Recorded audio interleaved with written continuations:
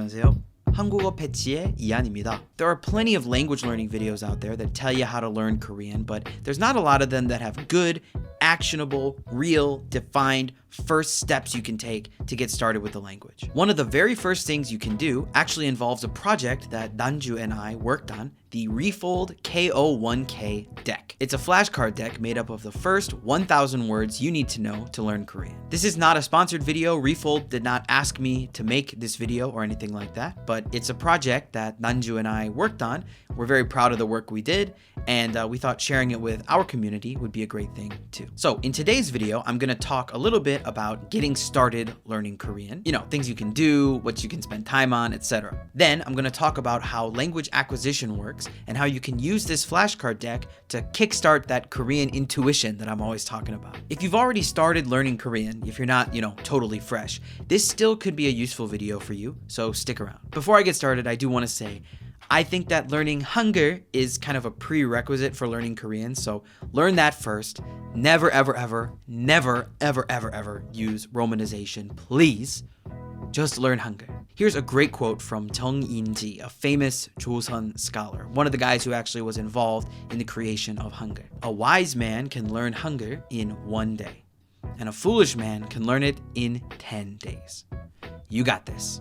Okay, on to the real thing that can serve as a really powerful Kickstarter for your Korean learning. The KO1K deck, a flashcard deck designed and created by Refold. Refold is a language learning community that's putting together a roadmap for learners to reach true fluency in their target languages. They've done really great work communicating methodology for comprehensible input-based learning, and they're starting to build tools for people interested in learning languages through these methods. A lot of what they talk about in their roadmap and in their content they create are things that I've come to realize worked for me when I was, earlier on in my Korean learning journey. I really enjoy their work, their content they're creating, their Discord community, which I'm a part of, and I definitely recommend it for people who are looking for a place to find resources and to discuss their language learning progress with other Korean learners. Community is very important. So the first tool that they've specifically produced for Korean learners is this KO1K deck. I'll let one of the people who was behind the creation of the KO1K deck, who actually did a lot of the initial groundwork on putting the whole thing together, my friend Clowdy Howdy, another YouTuber, actually your favorite Korean immersion learner on YouTube, I'll let him describe it to you. The KO1K is a deck fit for a complete beginner, and it's designed to teach you 1,000 words that I can guarantee you're going to hear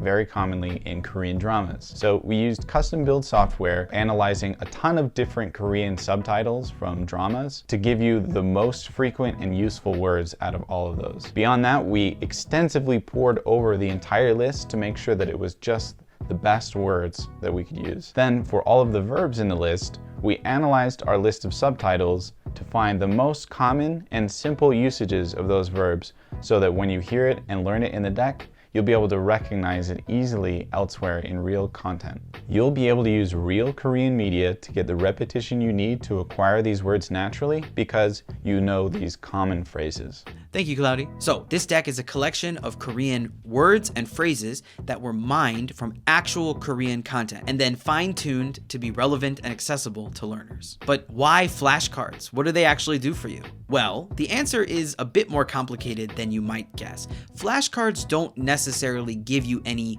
language production skills. What is believed by scholars and simple practitioners like me to be true about how language acquisition works is that there is a difference between learning language and acquiring language. Learned language comes from conscious study.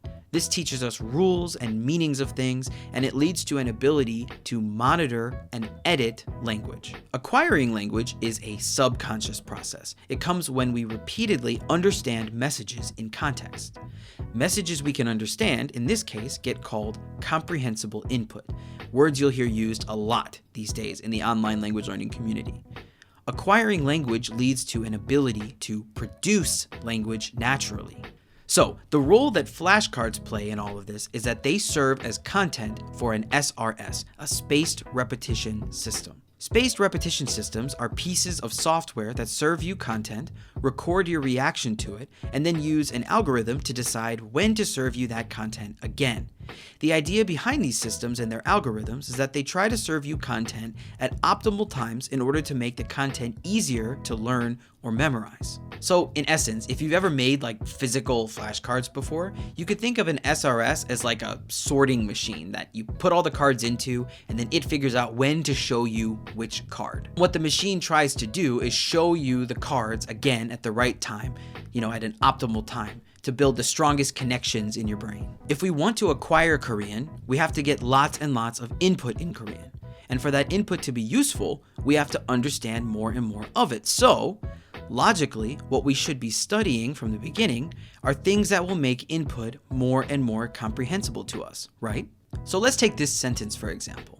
The color of the closet behind me is turquoise. So if you know everything except the last word, you've likely understood the message even though you haven't understood the language. Your likelihood of being able to figure out and subsequently acquire the word turquoise is pretty high, given the fact that you understood the message, the context, and most of the language in the sentence. The idea behind this deck is to make you really familiar with all of these words so that when words like this appear, you have enough context to basically figure out what they mean.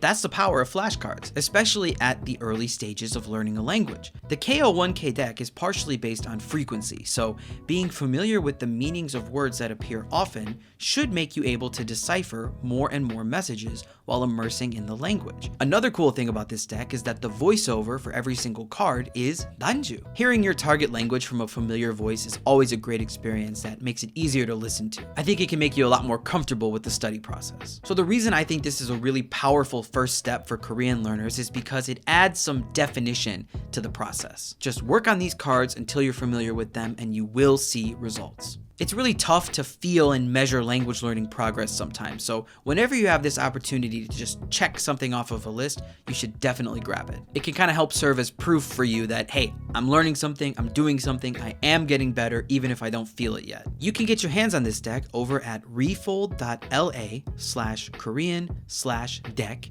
of course, down in the description of this video.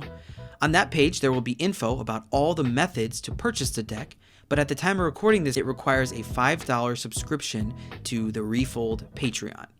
Now, I personally think it's very important to contribute to projects like Refold, but if you're only interested in trying out the deck, it's downloadable as soon as you subscribe, and you don't lose access to it when you unsubscribe. You just won't receive any of the updates that come out every now and then. Once you have the deck, you can either access it via an online service called Quantized, or you can use the downloadable file to load the deck into Anki, SRS software that you should definitely be using. I'll post a link to a guide on how to set that up on all your devices in the description down below. A lot of people worked really hard on this, and I know at least Nanju and I are really proud of the work that we did and how it came out. We're really hoping to do more projects with Refold in the future. I hope this was a helpful guide for any of you who are beginners, and for anyone who's, an intermediate learner or whatever. I hope you got some new perspective on language acquisition and the value of flashcards. So that's it for today. I'll see you in the next one. Bye. Hey, it's me. During the Lunar New Year, I sent out a free ebook about HANJA to all of the people signed up for the Korean Patch mailing list. I got a lot of really great constructive feedback and just general positivity after sharing that all with you, so that was awesome. Thanks for that. If you haven't gotten it yet, check your mailbox. It should be in there. If you can't find it in there, you know how to get in touch with me. If you're not yet subscribed to the mailing list and you'd like to get your own copy, just head on over to our website at koreanpatch.co and you can sign up for the mailing list right there on the main page. After you sign up, your free copy should get sent right to you. Thanks again for all the support. I'll see you soon.